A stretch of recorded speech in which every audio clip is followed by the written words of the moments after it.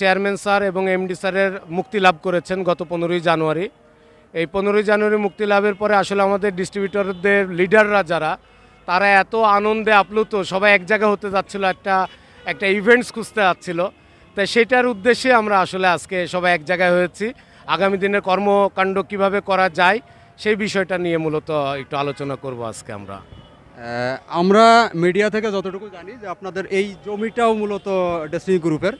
তো এখানে কতটুকু জমি ছিল এবং এই যে পরিত্যক্ত অবস্থায় দেখা যাচ্ছে একটা ভবন নির্মাণাধীন, তো এই বিষয়ে আপনার মতামতটা একটু জানাবেন। আমাদের এখানে জায়গার পরিমাণ প্রায় 32 কাঠার মতো এবং এখানে 25 তলা একটি ভবন তৈরি হওয়ার এটা প্রজেক্ট পাস অবস্থায় আছে, প্ল্যান পাস অবস্থায়, এবং কার্যক্রম শুরু হয়ে গিয়েছিল। আপনি দেখতে পাচ্ছেন আমাদের এখানে প্রায় নিয়ার অ্যাবাউট 20 কোটি টাকার মতো ইনভেস্ট অলরেডি হয়ে গিয়েছে।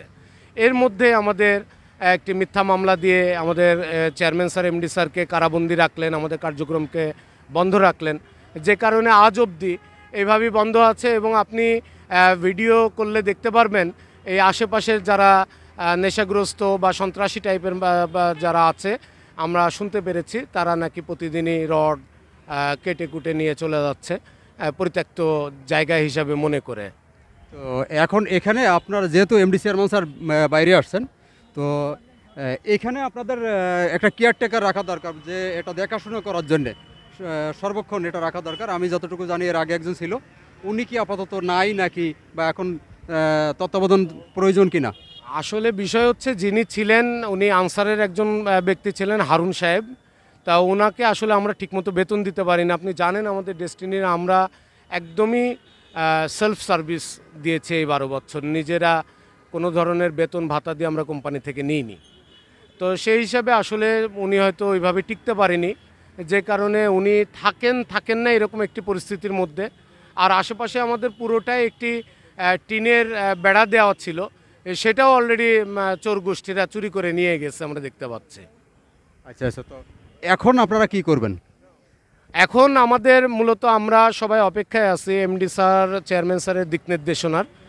ওনারা যে দিক নির্দেশনা দিবেন আমরা ওইটাই ফলো করব। আমরা তো আসলে চাচ্ছি কেমন যে আজকে যদি দিক নির্দেশনা হয় কালকে থেকে আমরা ব্যবসাটা শুরু করে দেবো। মানে আমরা অনেক দিন ইনকাম করিনি, অনেক দিন ব্যবসা করিনি, আসলে আমরা লাফাচ্ছি ব্যবসাটা করার জন্য, এরকম একটি অবস্থায় আছি। দীর্ঘ সময় অতিবাহিত হওয়ার পরেও আপনারা কেন লেগে আছেন ডেস্টিনির সাথে? কি কারণ কি এটা একটু জানাবেন। সবচেয়ে বড় কথা হচ্ছে কি যে বিশ্বাস। কারণ আমরা জানতাম যে যেহেতু আমরা কোনো একটা সমস্যার সম্মুখীন হয়েছি, কিন্তু যত দিন যাক না কেন আমাদের এটা রিকভার হবে এবং আমরা ঘুরিয়ে দাঁড়াবো এবং ইনশাল্লাহ বাংলাদেশ এবং বিশ্বের মানচিত্রে আমরা আমাদের জায়গা দখল করে নিব।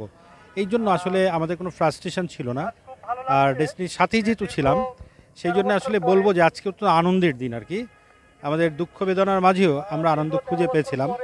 আর আজকের কথাটা বলতে গেলে আমি মনে করি যে অবর্ণনীয়, যে আমরা আগামী দিন কোথায় যাচ্ছি ইনশাল্লাহ।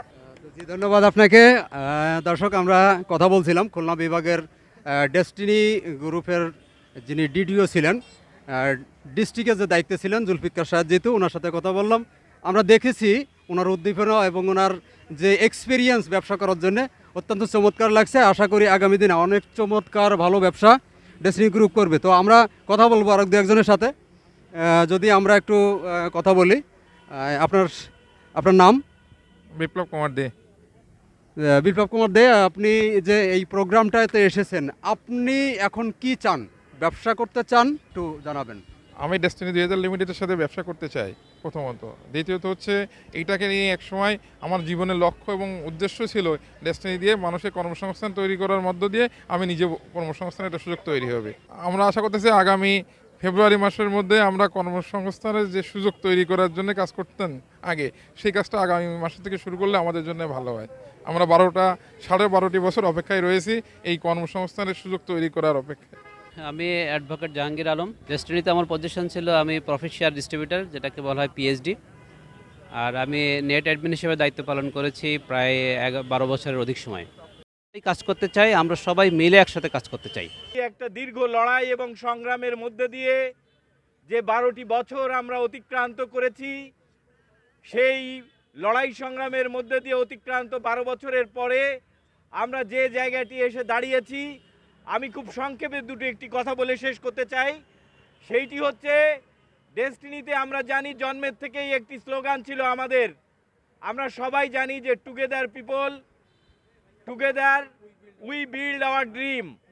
আমি জানি যে টুগেদার উই বিল্ড আওয়ার ড্রিমের যে স্লোগান, আমাদের এমডি এবং চেয়ারম্যান আমাদেরকে শিখিয়েছেন যে আমাদের যে মৌলিক চাহিদা, অন্ন, বস্ত্র, বাসস্থান, শিক্ষা, চিকিৎসা, এইটা যেমন আমাদের অধিকার, স্বপ্ন কিন্তু তেমনি আমাদের একটি অধিকার ছিল।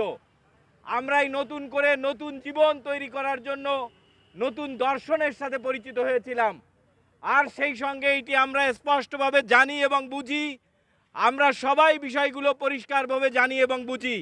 আমি এই কথাটি বলে শেষ করব যে together we build our dream যেমন আমাদের একটি স্লোগান এবং স্বপ্ন ছিল, আমি এই কথাটি পাশাপাশি বলে শেষ করতে চাই যে একজন দার্শনিকের একটা ঐতিহাসিক বক্তব্য আছে, সেইটি হচ্ছে together people never can be destroyed. একত্রিত মানুষ কখনো ধ্বংস হয় না।